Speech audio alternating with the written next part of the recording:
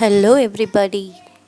Today we are going to see A.J. Cronin's Two Gentlemen of Verona. While hearing this title, Two Gentlemen of Verona, do you feel anything?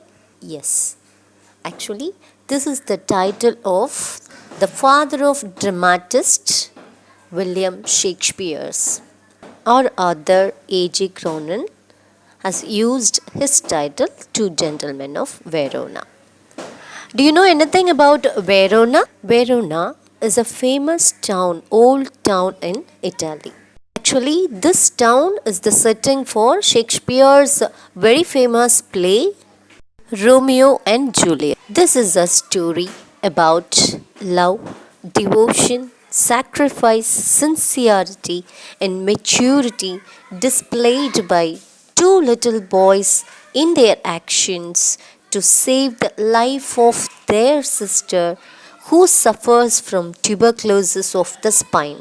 Can anyone say life is bed of roses, full of happiness? No, we can't. Because life is full of ups and downs. It has pleasant surprises as well as rude shocks. But every incident teaches a lesson to learn, evolve as better individuals. The author, Archibald Joseph Cronin, actually he was a Scottish novelist, dramatist. By profession, he was a doctor, but he wrote many stories. His creations were made into successful films and they were adapted for radio and television also. Many of his stories are noted for his narrative skill, deep social conscience, and finely drawn characters. The characters are the narrator and his companion Luigi, the two boys Nicola and Jacopo, and their sister Lucia. When the narrator and his friend drive through the foothills of the Alps, the two small boys stopped them to sell their wild strawberries.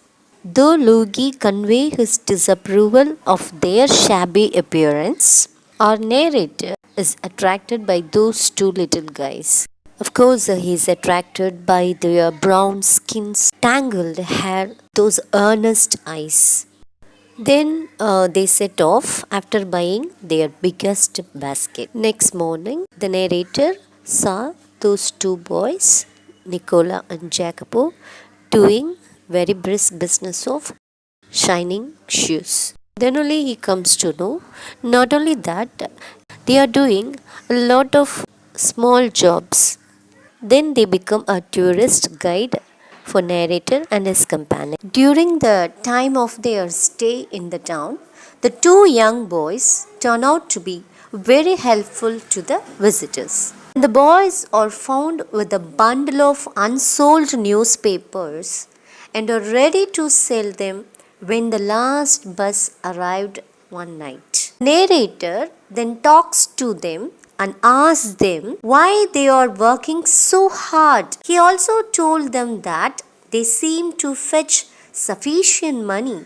So why were they not spending anything on clothes and food? Lola tells him that they had something in their minds, but he does not elaborate. Jacopo then requests the narrator to drop them in his car to the village Polenta, that is around 30 kilometers away. He requests him and says that it would be a great favor. Although Nicola does not like the fact that his brother is troubling the narrator, but the narrator gladly agrees to help the boys. So the next afternoon, he, along with his companion, drives to the village. After dropping them, the small boys enter a large red roofed villa, which is actually a hospital. The narrator hesitates to enter the hospital room. He tries to find out from the nurse about the girl in the hospital and the boys. Later, the nurse tells him that Lucia is the sister of those two boys and is suffering from tuberculosis. She also mentions that a bomb destroyed their home during the war, and even their father, a widower, had got killed during the early part of the war. When he died, his three children were left to starve. She told the narrator that the boys also started hating the Germans who came to rule the city and even became a part of the resistance movement. Once the war was over, Lucia got affected with tuberculosis and the boys had to admit her to the hospital. So they have been trying their best to make the payments regularly to the hospital. The narrator waited outside the room. He did not say anything to the boys on their way back in order to give the impression that they did not know about their secret.